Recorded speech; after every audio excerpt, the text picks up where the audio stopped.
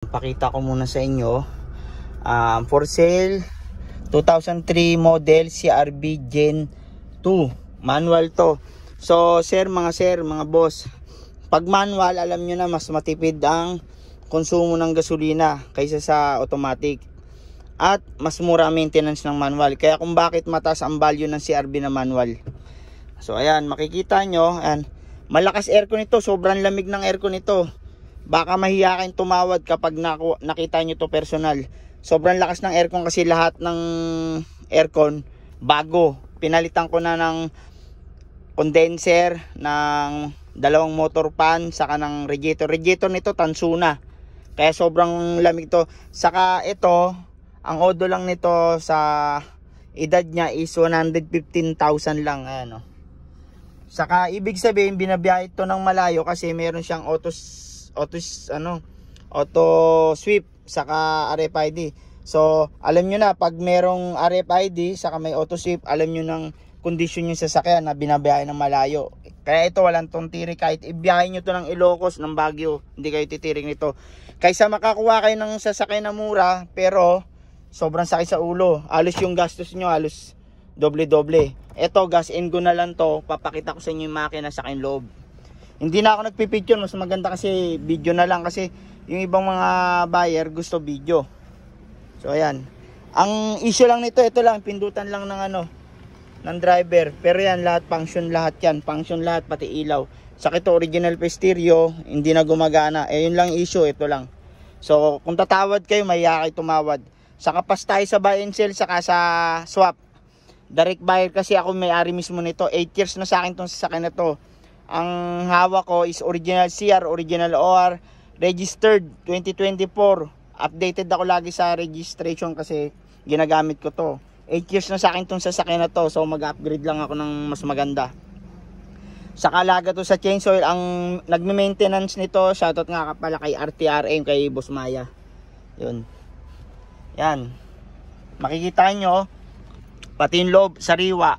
Yan, sariwang sariwa. Bibigay ko lahat. Cover nito, pati seat cover bibigay ko.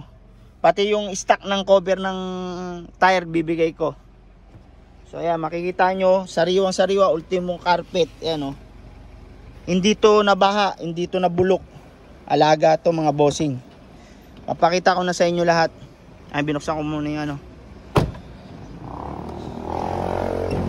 Mas maganda kasi video kaysa picture. Ayan, makikita nyo sa panggilid, sariwa, wasari talaga. Wasari tong sa edad niya, sa edad ng CRV na to, sariwa to. Kumpara sa ibang CRV na nakikita nyo. Saka ito, buo pa yan. Sa iba sira na yan. Yan. Papakita ko sa inyo lahat. Ito, binilang ko na kasi yung bago. So, bibigay sa inyo yung stock nyan. Yan. Kasi ibang CRV walang third row. So ito meron. Ayan, oh, may upuan. Ayan, may upuan siya, madumi lang kasi kinakargaan ko Ayan. So yung nagtatanong, sir, meron bang yan? Table, meron po tong table. Teka. Ito may table tong kasama. Ayan, oh. Sa ibang CRV wala nang table. Ayan, may kasamang table yan. Isasama ko yan. Lahat isasama ko. Pati yung crocodile jack kasama rin.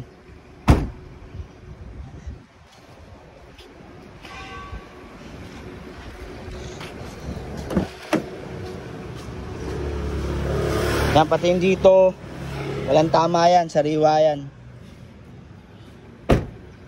Pati mga bagsak ng pinto, pit na pit.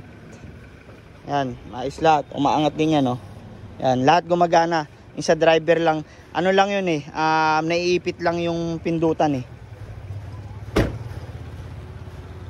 So sa labas na tayo. Ayan, pakita ko sa inyo. Yung gulong ko sa 70% pa to. Makapal pa. 2003 Honda CRV manual transmission yan. Yan ha. Wag na kayo humingi sa akin ng picture. Binidyo ko na. White plate na siya. Kasi yung iba, sir, pahingi ng picture. Ito, the best. Video. Wala na kayong tatanong sa akin kasi lahat nasagot ko na. Ayun, bubong. Actually, Ito original paint pa to. Ito lang, may mga gasgas to pero pinapinturahan ko. Para yung makakabili, wala na masasabi. Dito na tayo ngayon sa makina. Yan, sa magtatanong, wala na kayong pwedeng itanong sa akin kasi video na to. O, yan yung makina. Wait lang, hirap pa.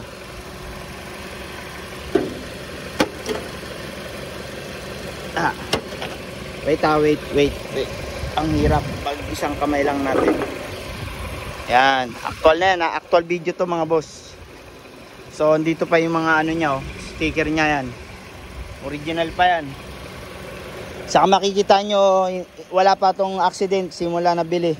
Yan, no accident. Kasi makikita nyo sa mga ganito, wala pang bangga. Yan, sariwang sariwa yan. Walang bangga yan, no?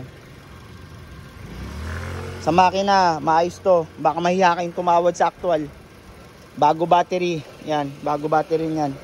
Ito, kapagawa ko lang to kay Daphne. Kasi maselan ako, ayoko na may problema. May tagas kasi ngayon, wala na. Bago na yung oil seal nito. Saka bago yung belt. Sa alagang coolant din to. Ayan o, coolant. Pag nag-overheat to, balik nyo sa akin to. Walang overheat to kasi nabiyahe ko na to ng malalayo. Yan. Makikita nyo, yan, alagang coolant yan.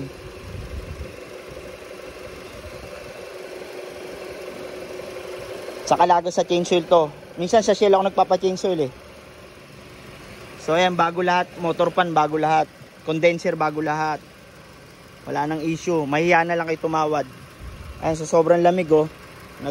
Nag-ano na yung yung aircon, sobrang lamig. Ayan. Tapos papakita ko sa inyo, walang usok dipstick nito. Ayan. Wala, naka-start yan kanina pa naka-start yan. Makikita nyo, walang usok.